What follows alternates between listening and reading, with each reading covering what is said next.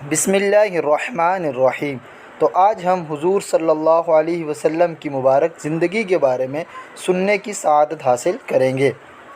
حضور اقدس صلی اللہ علیہ وسلم کو اللہ تعالیٰ نے جس طرح کمال سیرت میں تمام اولین و آخرین سے ممتاز اور افضل و اعلیٰ بنایا، اسی طرح آپ صلی اللہ علیہ وسلم کو جمالی صورت میں بھی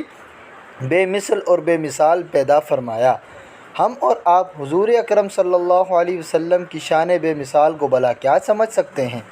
حضرات صحابہ کرام رضی اللہ تعالی عنہم جو دن رات سفر و حضر میں جمال نبوت کی تجلیاں دیکھتے رہے، انہوں نے محبوب خدا صلی اللہ علیہ وسلم کے جمال بے مثال کے فضل و کمال کی جو مصوری کی ہے، اس کو سن کر یہی کہنا پڑتا ہے جو کسی مداح رسول نے کیا خوب کہا ہے: لم یخلق الرحمن مثل محمد ابدا وعلمی انہ لا یخلق، یعنی اللہ تعالیٰ نے حضرت محمد صلی اللہ علیہ وسلم کا مثل پیدا فرمایا ہی نہیں، اور میں یہی جانتا ہوں کہ وہ کبھی نہ پیدا کرے گا۔ صحابی رسول اور تاجدار دو عالم صلی اللہ علیہ وسلم کے درباری شاعر حضرت حسان بن ثابت رضی اللہ تعالیٰ عنہ نے اپنے قصیدہ حمزیہ میں جمال نبوت کی شان بے مثال کو اس شان کے ساتھ بیان فرمایا کہ وَأَحْسَنُ مِنْكَ لَمْ تَرَ قَطُّ عَيْنِي وَأَجْمَلُ مِنْكَ لَمْ تَلِدِ النِّسَاء، یعنی یا رسول اللہ صلی اللہ علیہ وسلم، آپ سے زیادہ حسن و جمال والا میری آنکھ نے کبھی کسی کو دیکھا ہی نہیں، اور آپ سے زیادہ کمال والا کسی عورت نے جنا ہی نہیں۔ خلقت مبرأ من کل عیب کأنک قد خلقت کما تشاء، یا رسول اللہ صلی اللہ تعالی علیہ وسلم، آپ ہر عیب و نقصان سے پاک پیدا کیے گئے ہیں، گویا آپ ایسے ہی پیدا کیے گئے ہیں جیسے حسین و جمیل پیدا ہونا چاہتے تھے۔ حضرت علامہ بوصیری رحمۃ اللہ تعالی علیہ نے اپنے قصیدہ بردہ میں فرمایا کہ منزہ عن شریک فی محاسنہ فجواہر الحسن فیہ غیر منقسم، یعنی محبوب خدا صلی اللہ تعالی علیہ وسلم اپنی خوبیوں میں ایسے یکتا ہیں کہ اس معاملے میں ان کا کوئی شریک ہی نہیں، کیونکہ ان میں جو حسن کا جوہر ہے وہ قابل تقسیم ہی نہیں۔ اعلیٰ حضرت مولانا احمد رضا خان قبلہ بریلوی قدس سرہ العزیز نے بھی اس مضمون کی عکاسی فرماتے ہوئے کتنے نفیس انداز میں فرمایا کہ تیرے خلق کو حق نے عظیم کہا، تیرے خلق کو حق نے جمیل کیا، کوئی تجھ سا ہوا ہے نہ ہوگا شہا، تیرے خالق حسن و ادا کی قسم۔ بہرحال اس پر تمام امت کا ایمان ہے کہ تناسب اعضاء اور حسن و جمال میں حضور نبی آخر الزمان صلی اللہ تعالی علیہ وسلم بے مثل اور بے مثال ہیں۔ اب نبی کریم صلی اللہ علیہ وسلم کا حلیہ مقدسہ، وہ بھی شاعری کے انداز میں ہم سننے کی سعادت حاصل کریں گے۔ روح حق کا میں سراپا کیا لکھوں،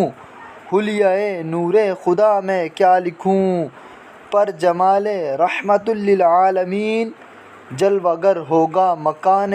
قبر میں، اس لیے ہے آ گیا مجھ کو خیال، مختصر لکھ دوں جمال بے مثال، تاکہ یاروں کو میری پہچان ہو اور اس کی یاد بھی آسان ہو۔ تھا میانہ قد اوسط پاک تن، تھا میانہ قد و اوسط پاک تن، پر سپید سرخ تھا رنگ بدن، چاند کے ٹکڑے تھے اعضاء آپ کے، تھے حسین و گول سانچے میں ڈلے، تھی جبینِ روشن کشادہ آپ کی، چاند میں ہے داغ وہ بے داغ تھی، دونوں ابرو تھے مثال دو ہلال، اور دونوں کو ہوا تھا اتصال، اتصال دو مائدین تھا، یا کہ ادنیٰ قرب تھا قوسین کا، تھی بڑی آنکھیں حسین و سرمگیں، دیکھ کر قرباں تھی سب حور و عین، کان دونوں خوبصورت ارجمند، سات خوبی کے دہن بینی بلند، یعنی آپ کی نگاہ بلند تھی، صاف آئینہ تھا چہرہ آپ کا، صورت اپنی اس میں ہر ایک دیکھتا، یعنی آپ کا چہرہ اتنا صاف تھا کہ سامنے والوں کو اپنا چہرہ بھی نظر آتا۔ تاب سینہ ریش محبوب الہ، خوب تھی گنجان منہ رنگ سیاہ، تھا پسید اکثر لباس پاک، تن ہوا آزار جبہ یا پیرہن، سبز رہتا تھا امامہ آپ کا، کبھی سود و سفید و صاف تھا، یعنی کبھی سود و سفید یعنی بلیک اور سفید بھی امامہ آپ پہنتے تھے۔ میں کہوں پہچان عمدہ آپ کی، دونوں عالم میں نہیں ایسا کوئی۔ اب ہم نبی کریم صلی اللہ علیہ وسلم کے جسم اطہر کے بارے میں سننے کی سعادت حاصل کریں گے۔ حضرت ابو ہریرہ رضی اللہ تعالی عنہ کا بیان ہے کہ حضور انور صلی اللہ علیہ وسلم کے جسم اقدس کا رنگ گورا سفید تھا، ایسا معلوم ہوتا تھا کہ گویا آپ کا مقدس بدن چاندی سے ڈھال کر بنایا گیا ہے۔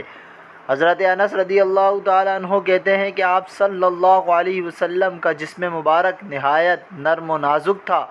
میں نے دیبا و حریر یعنی ریشمی کپڑوں کو بھی آپ کے بدن سے زیادہ نرم و نازک نہیں دیکھا، اور آپ صلی اللہ علیہ وسلم کے جسم مبارک کی خوشبو سے زیادہ اچھی کبھی کوئی خوشبو نہیں سونگھی۔ حضرت کعب بن مالک رضی اللہ تعالی عنہ نے فرمایا کہ حضور صلی اللہ تعالی علیہ وسلم خوش ہوتے تھے تو آپ صلی اللہ علیہ وسلم کا چہرہ انور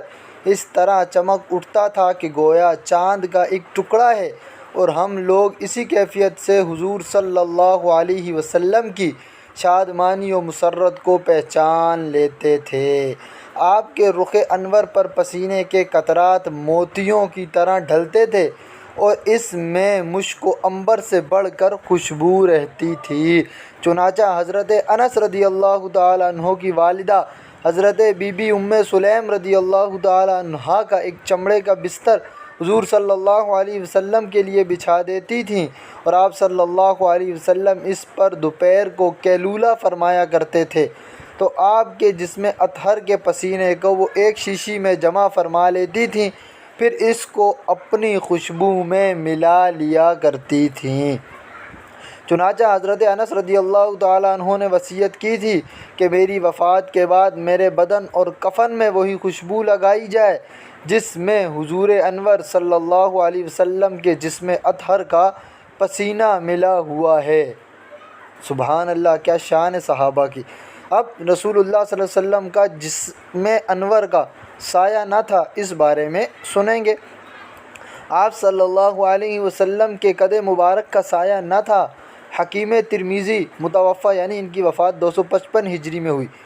امام ترمذی نے اپنی کتاب نوادر الاصول میں حضرت ذکوان تابعی رحمۃ اللہ تعالی علیہ سے یہ حدیث نقل کی ہے کہ سورج کی دھوپ میں اور چاند کی چاندنی میں حضور صلی اللہ علیہ وسلم کا سایہ نہیں پڑتا تھا۔ امام ابن سبع رحمۃ اللہ تعالی علیہ کا قول ہے کہ یہ آپ صلی اللہ علیہ وسلم کے خصائص میں سے ہے کہ آپ کا سایہ زمین پر نہیں پڑتا تھا، اور آپ نور تھے، اس لیے جب آپ دھوپ یا چاندنی میں چلتے تو آپ صلی اللہ علیہ وسلم کا سایہ نظر نہ آتا تھا۔ اور بعض کا قول ہے کہ اس کی شاید وہ حدیث ہے جس میں آپ کی اس دعا کا ذکر ہے کہ آپ نے یہ دعا مانگی کہ خداوند تو میرے تمام اعضاء کو نور بنا دے، اور آپ صلی اللہ علیہ وسلم نے اپنی اس دعا کو اس قول پر ختم فرمایا کہ وَجَعَلْنِي نُورًا، یعنی یا اللہ تو مجھ کو سراپا نور بنا دے۔ ظاہر ہے کہ جب آپ سراپا نور تھے تو پھر آپ کا سایہ کہاں سے پڑتا۔